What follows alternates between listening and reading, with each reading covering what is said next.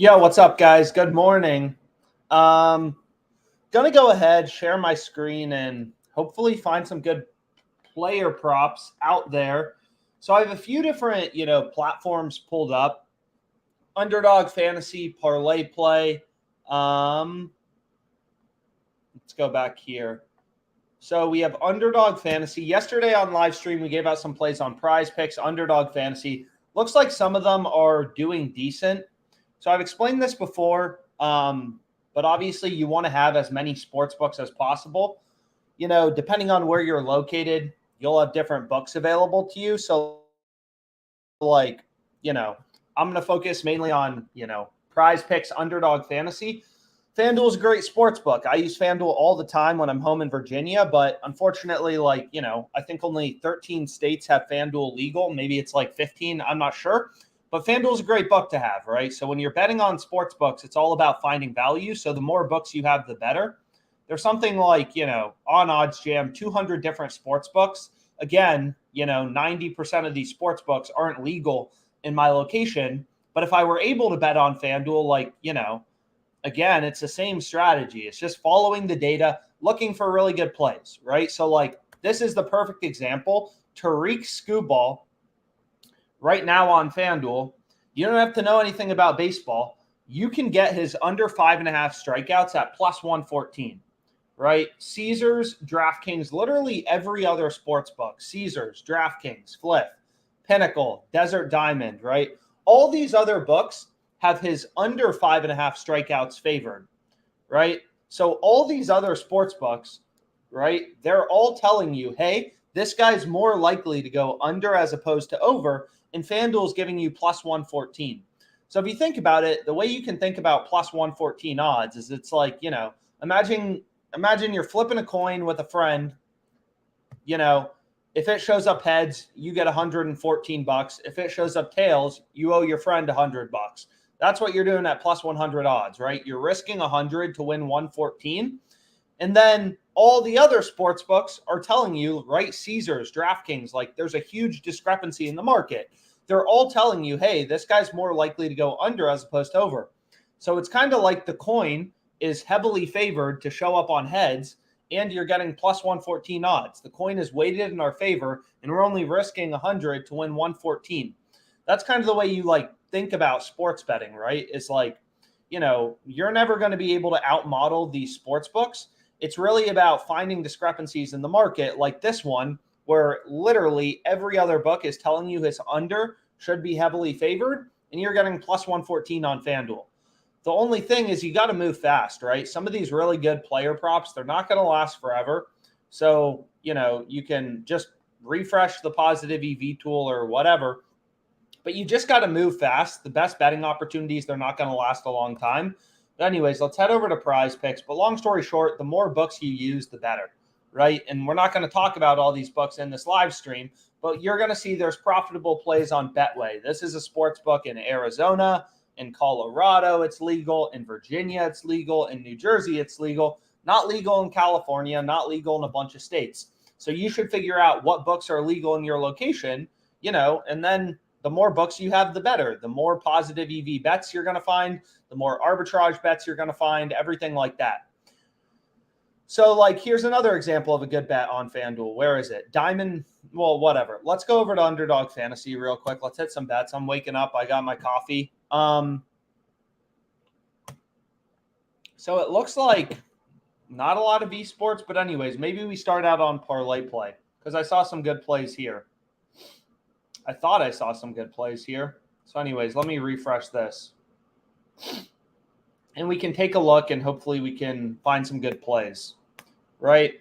So anything look good? Nothing looks particularly crazy right now on Parlay Play. I thought I saw some plays there a bit ago, but whatever. Let's start out on Underdog Fantasy. So if we go to Underdog Fantasy, we can head over to this player outs, right? The current prop it's recommending is Daniel Lynch over 15.5 outs. This play looks like it has pretty good value, and we'll kind of show you why, right? These other sports books, they have his line higher at 16.5, right? So as sports bettors, like all these sports books have really sophisticated, complex models. They've invested a lot of money into them, but all these books set lines independently. So we essentially have all these different data points, right, telling us where a line should be set. So you can kind of see right here for Daniel Lynch, Underdog Fantasy has his line at 15.5. All these other books, well, there's one other sports book at 15.5, but basically every other sports book, Caesars, Fliff, DraftKings, right, they all have his line at 16.5. Pinnacle, Sleeper, right? So like, no offense, everyone thinks they're going to build some perfect model that's going to tell them who's guaranteed to win the game. That's really not what sports betting is about, right? It's kind of about, using data. You don't need odds jam, but ruthlessly like scanning through the market, looking at where every different book is pricing something and finding discrepancies, finding plays with an edge. So like as a sports bettor, we treat all these books, as data points. So Underdog's at 15.5. We have DraftKings, that's $1 billion company. They're going to have a better model than you. They have hundreds of employees watching their lines. They have tons of engineers. They have better data feeds than you. Like you're never going to be able to just like bet with your gut and beat the sports books for that reason. They're always going to have a leg up, right? Because this is their full-time job is creating good models, investing millions of dollars to be able to beat the average sports bettor. The way you're going to beat them is, by finding discrepancies. So what OddsJam does is pretty simple. So plays looking good on Underdog Fantasy. Great to hear. But so like, all OddsJam is doing is it's reading in all this data. 99% of these bets on Underdog are crap. They're not going to be profitable enough to play in an entry, right? So the average recreational bettor who watches sports and is like, oh, Duran over half of a single, under half of a single, whatever. Like those are the people that Underdog Fantasy is going to feast off of. But long story short, as short bettors, what we're doing is we're saying, okay, out of these tens of thousands of lines, on Underdog Fantasy, there's literally tens of thousands of lines. Like where are those few spots where they're actually screwing up? Which we can see right here. And I thought there were some esports plays. So it's kind of annoying me because I got up to do this live stream because I saw some esports lines, but now I don't see a bunch. But regardless. So what we can do is we can also just pull up Fliff. So Fliff is one of the sports books I use as well. And it doesn't look like there's really any plays on Fliff right now. Or let me put player props back. So on the other hand, on Fliff, right? So like this is a little confusing here, right? Like you can see here in the Royals-Tigers game, there is a huge discrepancy in where books are pricing Skubal over under 5.5 strikeouts. FanDuel has the under at, so let's go back here. Let's go here and let's go to arbitrage. And I'm sure we'll see this play. So this is crazy, right? So what I can actually do real quick, man, I got to wake up. So let me pull up a spreadsheet real quick. What's up, guys? Yeah, I thought there were Dota plays. But anyways, we'll see if some other plays pull up on Underdog Fantasy. I'm sure we'll be able to find something else. Like, this is crazy, right? Like, this is what you're looking for as a sports bettor. Like, you can see right here. These are two sports books I use. I mean, FanDuel is not legal, where I'm currently located. But, like, if you have FanDuel, Fliff is located in basically every state. So what you can see is his over, right, is priced at plus 115 odds on Fliff. The under is at plus 114 odds on FanDuel. So for a lot of people, it's like, who cares? Should I bet the over or the under?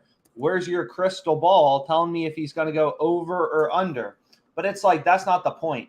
So let's just take a look right here, right? So like, let's do this. So imagine you put $100 on his over on Fliff, right? The platform that's giving you literally ridiculous odds on his over 5.5 strikeouts. And then you put $100 on his under on FanDuel, right? So you're betting $100 on FanDuel on the under 5.5 at plus 114. You're putting $100 on Fliff on the over at plus 115, right? So now there's two outcomes, right? Like, homie's going to have 6+ strikeouts, or he's going to have 0 to 5 strikeouts, or better. He's going to have 6 or more strikeouts, or he's going to have 0 to 5 strikeouts, right? So then what you can do is you can just figure out your profit, right? So this is called an arbitrage bet, and it's a little confusing, and you have to move fast to get down the best arbitrage bets. But essentially, when books get so out of sync with one another, right? When their models get so out of sync with one another, you can bet equal and opposite outcomes and make a risk-free profit. So for example, right, like we're taking his over for $100 on Fliff at plus 115 odds. So if he goes over 5.5 strikeouts, which means he has 6 or more strikeouts, we're going to lose our under 1.5 on FanDuel. So we're down $100. But on Fliff, we bet $100 on the over at plus 115. So we're up $15, right? And it's not glamorous. This isn't $1 million parlay, but it's $15 of risk-free profit, which would have taken you literally 25 seconds, to make by just logging into these sports books. So that's what, mathematical sports betting is about. It's like, you're not going to get these $1 million wins every single day or any BS like that. It's not about finding locks. It's about finding huge discrepancies in the market when you can positive EV bet or arbitrage bet, right? So arbitrage betting is when books get so out of sync, you hit the over on one book, the under on another book, and you make a risk-free profit. So on the other hand, if he goes under, we're down $100 on Fliff, right? But on FanDuel, we bet the under $100 at plus 114 odds. So we're up $114, and our profit is going to be $14. Right? So in both cases, we make risk-free money, $15 or $14. So I actually started out, this is how I started sports betting after doing some of the initial sign-up promos, is I would just get home from work and arbitrage bet, find plays like this, hit them, maybe make $50 a night, 60, 70, 80, whatever. Depends on how many games are there, how many arbitrage bets there were. Obviously, the more books you have, you can see this play is still available, but the more arbitrage plays you have, or the more books you have, the better. You just have to know how to navigate the sports books quickly because these lines can move quick, right? So here's another arbitrage play. It's a little less lucrative, only 0.5%, but you got to remember it's risk-free money and you're going to get this back today, right? So if you bet $200 on this, 0.5% risk-free profit is going to be $1. So you just follow the calculator and whatever, it'll tell you how much money you're making. But anyways, let's go back to Underdog Fantasy. And we can maybe look at some like tennis lines. We can look at parlay play. I mean, we'll look at a few different platforms. So like one platform, for example, this platform called Jock Market, they actually have the exact same payouts as PrizePicks. Like they're literally the exact same payouts as PrizePicks, So a lot of people will be like, oh, if they have the same payouts as PrizePicks, why would I sign up? And, it's pretty simple, right? Right now, Jock Market has this profitable play. Jordan Montgomery under 5.5 hits allowed. But if you go to PrizePicks, even though PrizePicks has the same payouts, right? If we go to PrizePicks and then we go to MLB and we go to hits allowed, they don't have this player prop available, right? There is no Jordan Montgomery. So long story short, all these books, they have different promos. You'll see a lot of these books, whatever, like Sleeper, all these different sports books. I mean, it's literally every sports book. They all offer these different promos, Luis Castillo, 7.5 to half of a strikeout. All these books, they do the same crap, right? They accept bets and they move around lines and try to make money off sports bettors. So none of them like do anything unique. And there's so many sports books.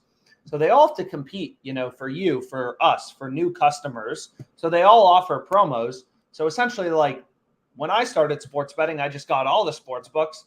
And, I'm their least favorite type of customer because at first got out of college, all I would do was the really no-brainer promos like this. So, for example, this platform Sleeper, for example, like I'm usually not able to find profitable bets on it. Like it's pretty hard to find value on Sleeper. They bake in a lot of juice. So in general, in my opinion, at least, it's pretty hard to find any good bets. So basically all I'm betting on, on this sports book are these promos, right? Like you can see I took this, whatever. I gave this out on Twitter. I took this Vierling play with this Castro promo. In this Castro promo is basically just a free win, turn $20 into $38.40. So this is basically just free money. And it's not like $1 million, right? But it's like a free win. And if a bunch of promos, if you have 10 different sports books, each sports book has, a couple promos a week that are worth roughly $10, this is just a free win, then that's a pretty easy way to make $100, a week or something like that, just kind of doing these no-brainer promos. So that's another reason to have more sports books. But anyways, what we'll do is we'll go back to Underdog Fantasy here in a second. But what I'm going to do is I don't have access to FanDuel, unfortunately, but I do have access to Flip, right? So it looks like both of these are huge line discrepancies, which is why you could just bet both and make a risk-free profit. But of course, I don't have FanDuel available to me. So I guess what I'll do is I'll just bet the Flip side, right? Both plays are a little profitable. The Flip play is actually a little better than the FanDuel play, 5.57% versus 8.93%. But I can't currently bet on FanDuel, so I can't arbit. So what I'm going to do is I'm just going to take the Flip play, right? So unfortunately, Flip, I had it on my computer, but it looks like it stopped working for now, so I'm going to have to bet it on my phone.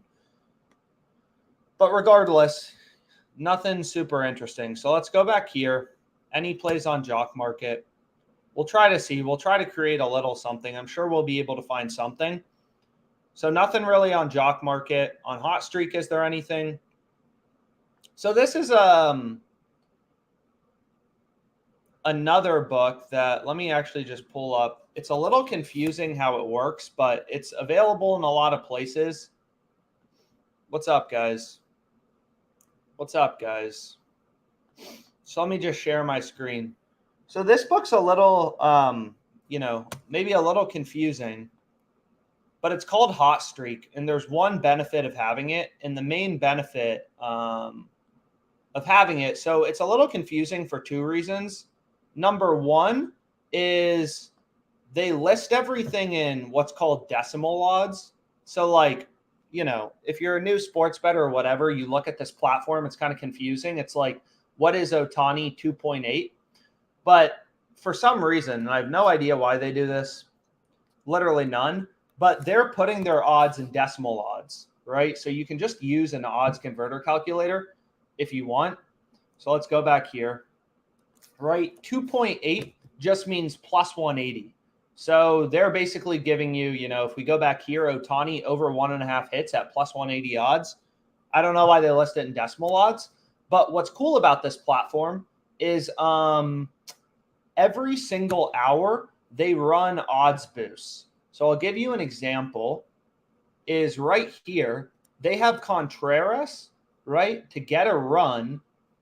So if we go here and we pull them up, they have Contreras to get a run. They're literally telling you that this play is profitable. So just like books run promos, what's cool about Hot Streak is they're running a new promo every single hour.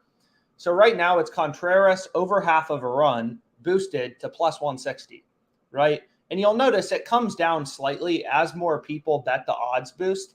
They'll bring it down from plus 160 to plus 159, whatever. And you can see FanDuel has this at minus 105 odds, right? DraftKings has this at plus 130. Caesars is plus 123. So solid value. And again, a lot of people would be like, oh, you didn't look at his last 10 games. Did he score a run in each of his last 10 games? And what percentage of his last 10 games did he score a run? And it's all pretty irrelevant. And by that, I mean, it's completely useless. And the reason it's completely useless is it's already baked into the market. If this guy hit 4 grand slams last game, it would be baked into the market.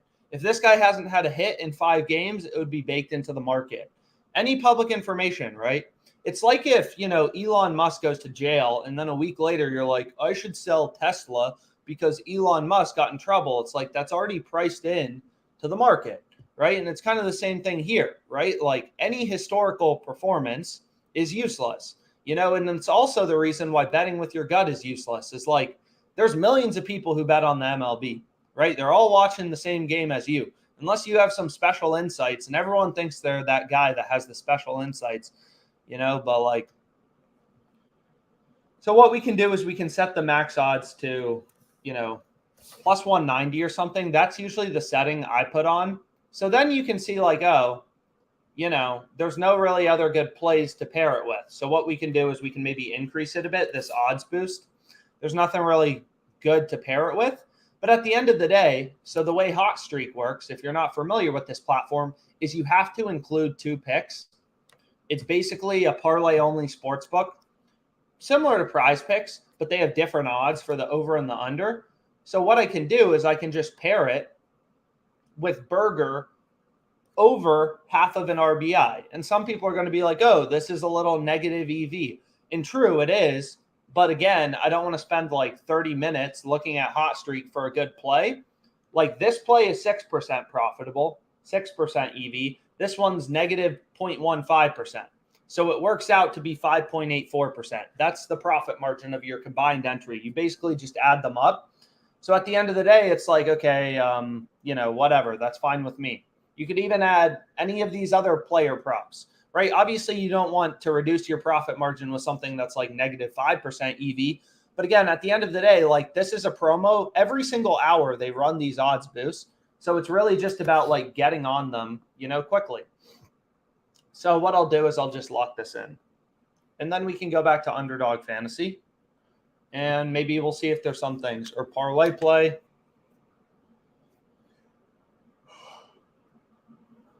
PrizePicks, Underdog. So let's go back to Underdog. And maybe we can find some other good plays. So you can see it's recommending 2 plays. The first was this play on Daniel Lynch, which we looked at first. So if we go back here, we want this Lynch guy, right? And we want to take him over 15.5 pitching outs, right? Books are at 16.5. Found a discrepancy. And then the next play is this WNBA play, whatever. Michelle on wire, under 10.5 points. Another thing just to be mindful of is when you're moving quick, like how many picks should you be going with? So I've explained this before. Let me pull up the article, but it really does. It really is important. Yeah, I'll take a look at all of them. Yeah, decimal odds are worse. But anyways, let's go here. So on Underdog Fantasy, like it really matters how many picks you go with. And I know I've explained this before, so I apologize if it's repetitive, but there's always some new people on here. It's like on Underdog Fantasy, I kind of fat fingered this. I meant to place a 3-pick entry with no insurance, but I accidentally placed it with insurance. So here you can see I placed a 3-pick entry. It's insured. That's literally the exact opposite of what I wanted to do. And the reason you want to play 3-pick entries on, Underdog Fantasy, and it's more, you can do out the math. That article explains the strategy a bit more, in depth, whatever. But the reason, you'll never see me place a 3-pick entry on PrizePicks is like for any 3-pick entry, any 3-pick parlay, they're only giving you a 5x payout, right? Underdog Fantasy is giving you a 6x payout. So those differences may seem small. Like who cares? 5x versus 6x. When I win, I'm going to get 5x. That seems pretty good. But like over the course of the long run, this payout is horrible, right? Underdog Fantasy is literally telling you that PrizePicks is ripping you off for these 3-pick entries. So long story short, you just want to be like mindful of how many picks you're going with in an entry. So what we can do as well is there are some sports that I want to add to OddsJam, but we haven't, added yet. And some of those sports that have pretty good discrepancies is tennis. So there's nothing on OddsJam right now, but again, OddsJam, at the end of the day is just a tool. It doesn't necessarily know all the good bets out there, right? It reads in a lot of basically most of the lines from Underdog Fantasy, but there's definitely some things that are missing. So you can see this play is getting even better. I feel like it was 58% before, 59% now. So again, like lines are always moving, odds are always changing on sports books.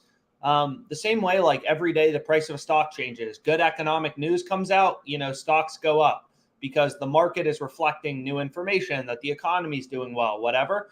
It's like the same thing in sports betting. I've talked about this before, but like you'll often see once books start to release official lineups, you'll see pretty big line movement. So I'm not sure if that's what happened with the Scooball guy. I have no idea why there's a big discrepancy for him, but like who cares? Just take, the risk-free arbitrage bet that we talked about at the start of this video and like move on with your life.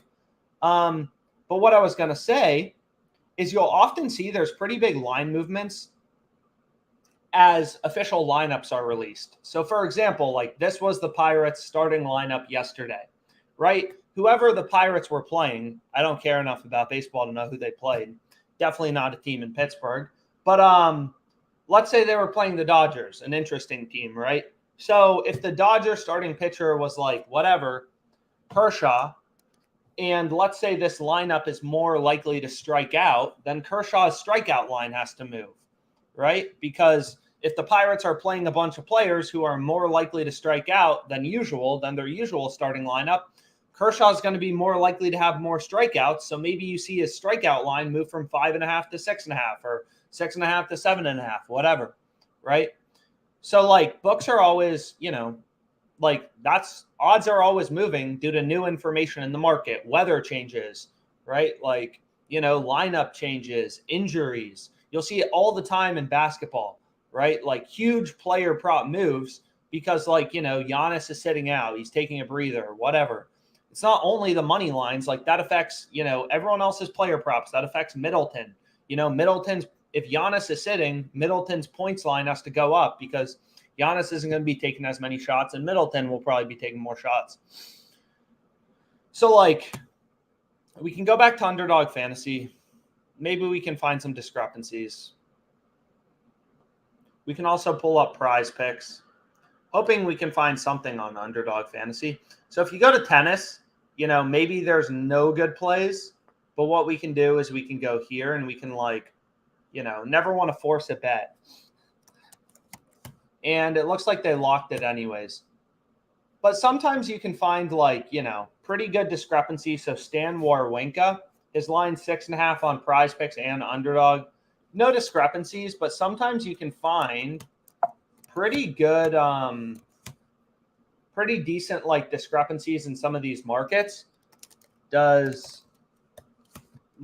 whether that's aces or stuff like that. But it looks like they locked this play on Daniel Lynch anyways. This video went way too long for hitting not as many bets as I wanted, but whatever. We'll go here, and then we'll go to parlay play.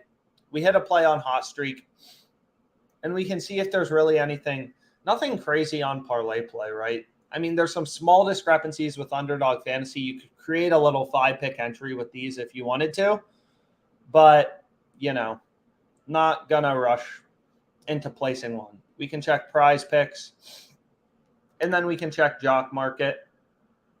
So PrizePicks, it actually seems like there's a little more value.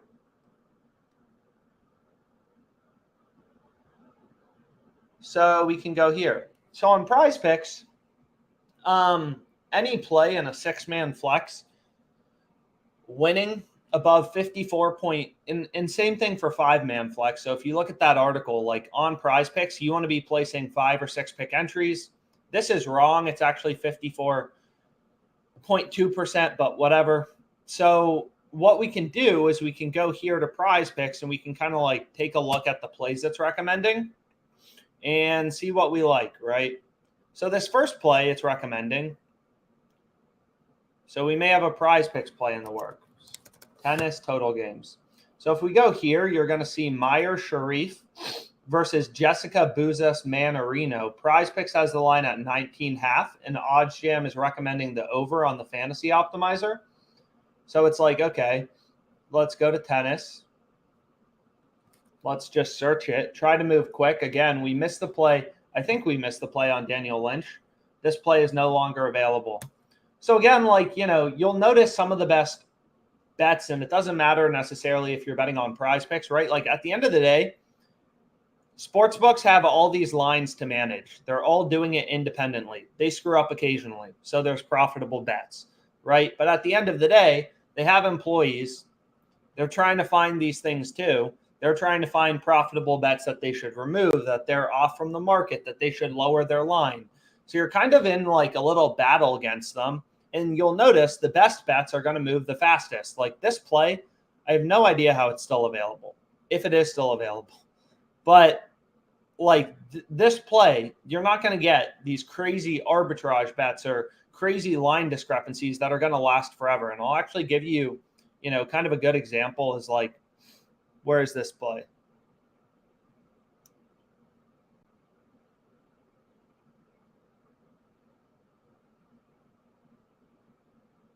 So he ended up whatever. Anyways, he ended up DNPing. But let's go here and let's go to Sharif, right? So why is OddsJam recommending this play? So you can see PrizePicks has the line at 19.5. Basically, every other sportsbook has the line at 20.5, so they have the line higher. OddsJam's recommending the over. PrizePicks has the line too low. That makes sense. Pinnacle has the over favored. So all these books have the line higher or the over 20.5 pretty favored to like minus 150. So all these books have the line at 20.5, right? So OddsJam is recommending over 19.5. That kind of makes sense. So we found the tennis line discrepancy. Cool. So we can start out playing that, right? On PrizePicks. The harder thing about PrizePicks versus Underdog Fantasy, which I've explained before, is because on Underdog, they have pretty good payouts for these 3-pick entries. It's optimal to place 3-pick entries or 4 picks with insurance, which you'll see right here, right? But like, long story short, because it's easier to find 3 picks as opposed to 5 sharp picks or 5 profitable picks, which is why in general, I find it easier, to make money on Underdog Fantasy. It's usually easier to catch a sportsbook sleeping on 3 lines as opposed to catching them sleeping on 5 lines. So anyways, we can kind of run through this.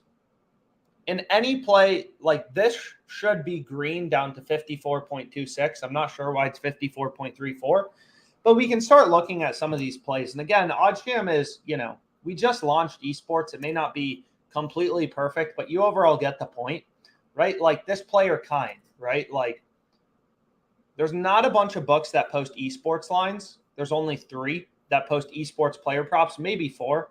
But you're going to see PrizePicks has a little homie's line at 12. If we look at Underdog Fantasy, they have his line at 11. If we look at Parlay Play, they have his line at 11. So again, when I talk about you can't beat the sports books with your gut, I mean like, you can beat the sports books, but what I'm saying is your model is not going to have a better projection than PrizePicks on what this guy's line should be. No offense. And most importantly, if you're betting with your gut, it means you think you're smarter than everyone else. Because lines, the same way the price of a stock is set based on supply and demand, it's the same thing with sportsbook lines, right? That's exactly how sportsbooks move odds usually. Is like if all the action starts coming in on the Tigers today, sportsbooks move lines in favor of the Tigers, right? Like you can see here, you can pull up a line movement chart. Like these lines are usually due to betting volume. If everyone's hitting the under, sportsbooks move lines in favor of the under. Everyone buys a stock, the price of the stock goes up, right? Which is why the stock price is just like the equilibrium price of all these smart people trying to determine if a company is overvalued or undervalued. So it's the same thing in sports betting, right? Like, so unless you think you're smarter than everyone else, like some people would be like, oh, I think his line should be at 20. It's like, bro, if his line should be at 20, unless you're the only person in the world who thinks that because your own model sucks, every sharp bettor would have hit this up to 20, right? If there's opportunity in the market, people are going to take advantage long term. So long story short, we have 2 data points, Parlay Play, Underdog Fantasy, who are setting this guy's line at 11. PrizePicks is at 12. So cool. We found some value. And again, this play is, I can actually pull up my little spreadsheet that breaks down the exact math behind PrizePicks payouts. And then we can place it.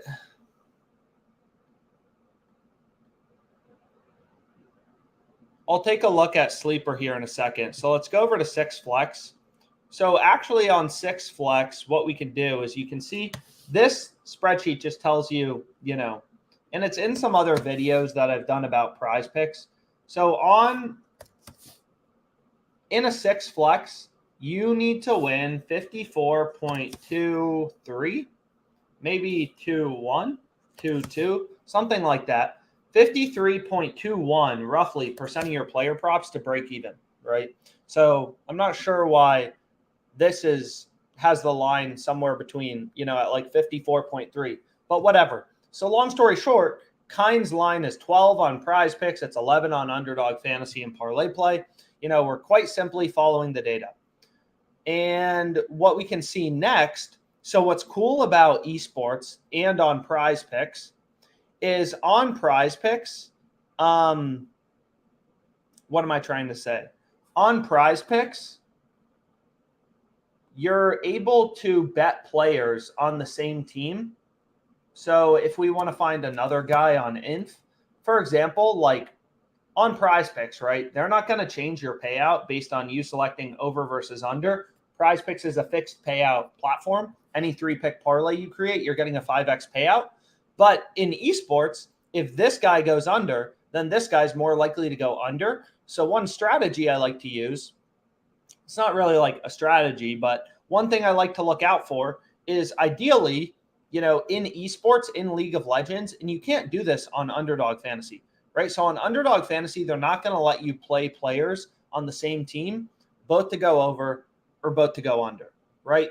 Underdog's too smart. So you can actually just, you can check it out yourself if you want, right? So we can go to this guy, and then we can go to,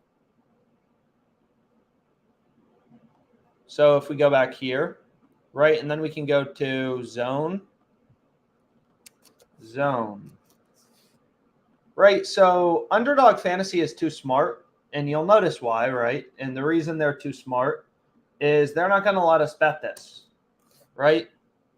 They're going to tell us, hey, only one player from each team for each event in esports. And Parlay Play says the same thing. And that's because, again, you get this added benefit on PrizePicks, taking 2 players from the same team, both to go under or over together, right? If one guy goes under, the other guy's more likely to go under. Just like if Patrick Mahomes has more passing yards, Travis Kelce's more likely to have more receiving yards. But anyways, I'll refresh my screen, and then we can see what's out there on PrizePicks. It looks like there's a few plays in the MLB in the player hits market. So we might as well pull that up, and we have the most random slip ever. We're going to have some MLB, some tennis. So we want to pull up this guy, right? And what we want to do is we want to take his under 5 hits allowed. So it's like, okay, we'll take his under 5 hits allowed. Right, sportsbooks have his line at 4.5, not really any juice. Okay, we have another tennis play. Sportsbooks have the line at 23.5. And then, I'm just kind of trying to create a quicker slip at this point. There's no perfect science to it, but what we can do is we can take Grove over 5, and then we can go over to tennis, and we can take Purcell under 24. Right? Under 24. And, you can take some different combinations. I don't really feel like waiting until the UFC this weekend. So, there's a time value of money type of thing, maybe. I don't know. But regardless, honestly, like this play seems pretty good. Again, when I'm talking about the software is not perfect yet, like we recently added esports OddsJam did, and it doesn't really make sense. Like this play, for example, Kine under 12. Underdog, Parlay Play both have this guy's line at 11. So here we have 2 sports books that are saying, no, this guy's line should be lower at 11, right? When PrizePicks is at 12. So in my opinion, it seems like this play should be a little higher than this play when you just have Underdog Fantasy at 12 and PrizePicks at 11. Parlay Play not posting lines. This is the same discrepancy basically, right? Except here, Parlay Play is agreeing with Underdog. And again, as sports bettors, we're always following the data. So when you have 2 sports books telling you, hey, PrizePicks is wrong, that's obviously better than just having a discrepancy between PrizePicks and Underdog Fantasy. But anyways, this will be our slip on PrizePicks, and then we can just go ahead and lock it in. 5-pick flex, as always. So here you can see we got 2 tennis plays, 2 MLB, and an esports play. No magic, right?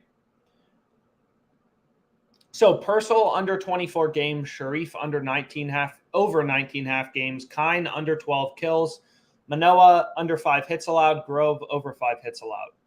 And again, there's no magic to these platforms. Like on PrizePicks, I'll share this spreadsheet in the chat, but it's pretty simple.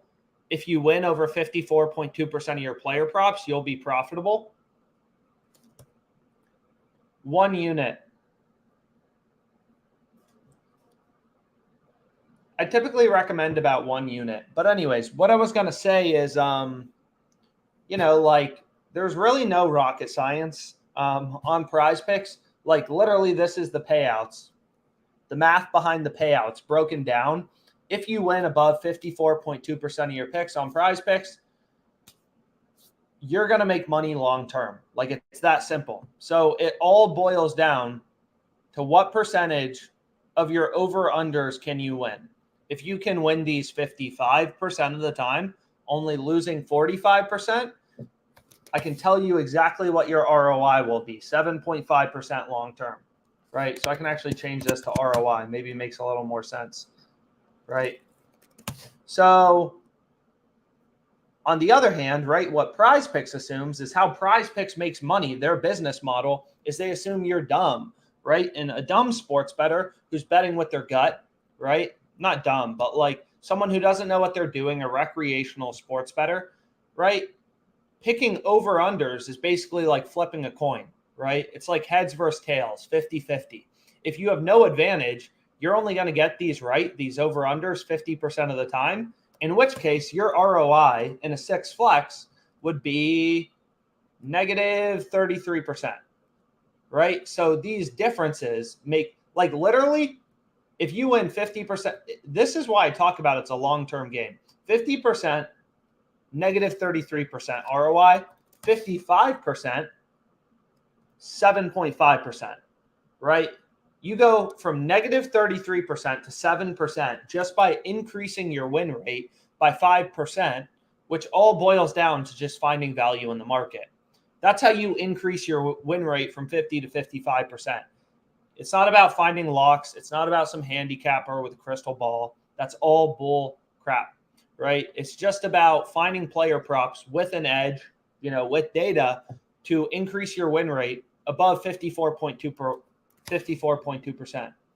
So anyways, like there's no esports lines. I don't want to waste everyone's time who ended up staying on. But what we can do is we can go back here, see what's out there. And again, more bucks you have, the better, but doesn't seem like there's a ton more out there that we didn't already bet. Maybe some MLB, decent total plays, but nothing crazy, no more esports. So I'll call it a day for now. If you have any questions, feel free to email me. Hopefully this live stream, was at least somewhat useful. If not, I apologize. Thanks so much for your time.